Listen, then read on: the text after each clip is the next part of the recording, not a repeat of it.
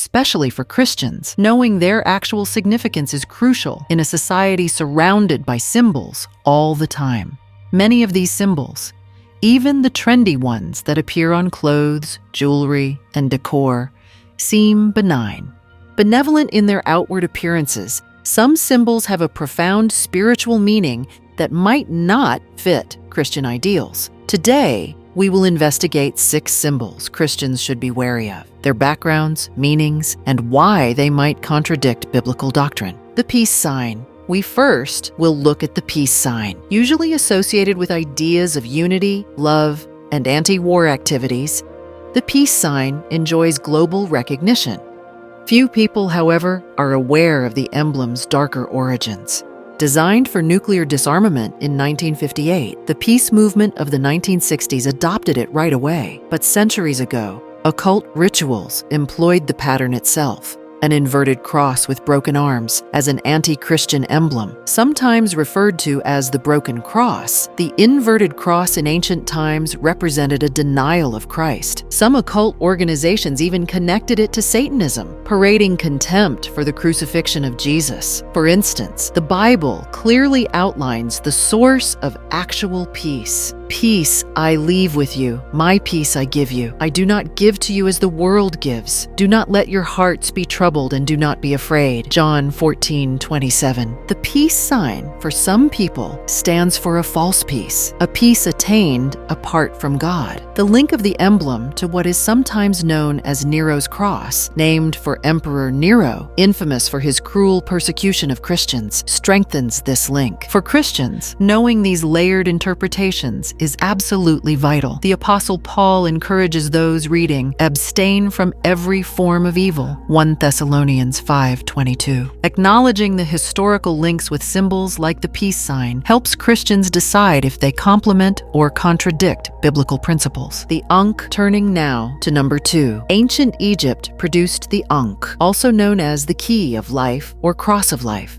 Often found in the hands of Egyptian gods and goddesses, the Ankh is a cross with a loop at top. The Egyptians associated the Ankh, symbolizing endless life, with the pharaohs, believed to be gods themselves. Rooted in polytheism, this theological system sharply runs counter to the monotheistic basis of Christianity. The Ankh is a popular amulet or charm among modern-day mystics. Some believe it brings good health, fertility, or protection. Talismans like the Ankh are involved in divine, necromantic, and magical practices, all of which are forbidden. Let no one be found among you who sacrifices their son or daughter in the fire, who practices divination or sorcery, interprets omens, engages in witchcraft, or casts spells, or who is a medium or spiritist, or who consults the dead. Anyone who does these things is detestable to the Lord. Deuteronomy 18:10-12. Christians who wear or display talismans like the Ankh may inadvertently expose themselves to forces that lead them away from God. Modern society has embraced the Ankh as a symbol of spiritual enlightenment or esoteric understanding, incorporating it into New Age and occult rituals. But Christian teachings, which stress the need of looking to God alone for knowledge and direction, are at odds with these views. Sigils. Thirdly, the symbol, a pattern or symbol utilized in occult rituals, calls forth specific forces, beings, or goals. Customizing symbols to represent individual goals is common in many magical traditions, such as chaos magic, witchcraft, and other esoteric systems. In contemporary occult practices, sigilization is the process of creating a sigil from a written purpose by reducing the letters and then shaping them into a unique sign. To activate the symbol's purported power, the designer gives it vitality by ceremony or meditation.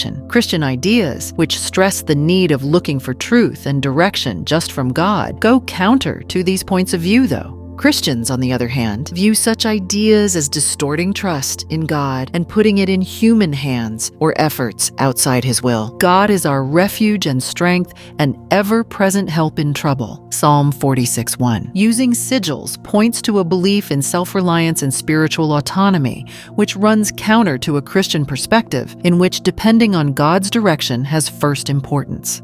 The Eye of Horus. The Eye of Horus is a historic Egyptian emblem signifying insight, healing, and protection. Egyptian mythology believed that the sky god Horus was responsible for observing everything. Often known as the all-seeing eye, the Eye of Horus is a symbol of secret knowledge and enlightenment employed in many magical traditions. In New Age and occult circles, the Eye of Horus is associated with the concept of the third eye, purportedly providing insight into spiritual reality beyond the physical realm. For Christians, nevertheless, pursuing knowledge or enlightenment outside of God's word can be dangerous. If any of you lacks wisdom, you should ask God, who gives generously to all without finding fault, and it will be given to you. James 1:5. Furthermore, covert groups such as Freemasonry, which emphasize occult knowledge and secret teachings, are connected to the Eye of Horus. Though frequently worn in jewelry and fashion today, the Eye of Osiris reflects an old perspective based on human-centered spirituality and enlightenment. Therefore, it avoids reliance on God. Christians who identify with this emblem may unintentionally accept ideas that contradict their faith. The Uroboros fifth on our list is the small but significant Uroboros insignical, utilized in occult ceremonies. Presented as a serpent or dragon devouring its own tail, it symbolizes the cycle of life, death, and rebirth. Originally embraced by alchemists, Gnostics, and many other esoteric groups, the Uroboros first surfaced in ancient Greek and Egyptian communities. Christian doctrine runs against the notion of an endlessly self-sustaining cycle. Rather than as an eternal circle, Christianity sees life as a straight road with a beginning, a purpose, and an end. The Bible rejects ideas like reincarnation, which run against Christian theology on resurrection and eternity by Jesus Christ. Just as people are destined to die once, and after that to face judgment. Hebrews 9:27. Apart from reincarnation, the Uroboros also symbolizes self-sufficiency and the belief that everything can rejuvenate on its own. This point of view represents an esoteric one, whereby one can reach spiritual development and illumination only through human effort, instead of a relationship with God. By advocating for cyclical living and self-reliance, the Uroboros challenge the Christian belief that life is a purposeful journey, crafted by God, with a clear start and a bright end.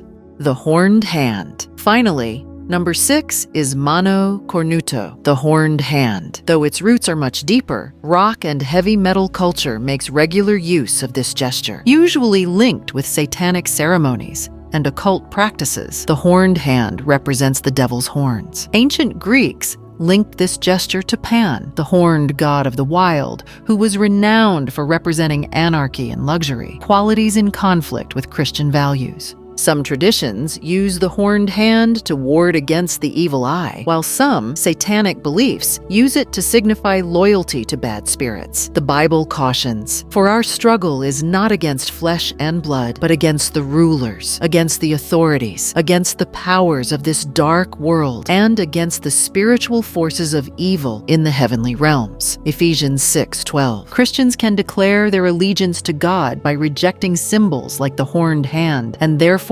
opposing the powers of darkness. Horned hand use has also surfaced in Italian folk customs, where it was considered a protective gesture, but its contemporary connection with rebellious or dark elements has made it a symbol of honest opposition against social or religious standards. As we have seen, these symbols have deeper connotations that could contradict Christian ideals, not just cultural or fashion statements. Understanding their roots helps us choose the symbols we want to embrace more discriminatorily. Staying conscious of cultural symbols that could seem benign but have darker connotations, I am sending you out like sheep among wolves. Therefore be as shrewd as snakes and as innocent as doves. Matthew 10:16. If you found this information helpful and want to learn more about faith and symbolism, don't forget to subscribe to our channel for insightful content. Hit the notification bell so you never miss an update.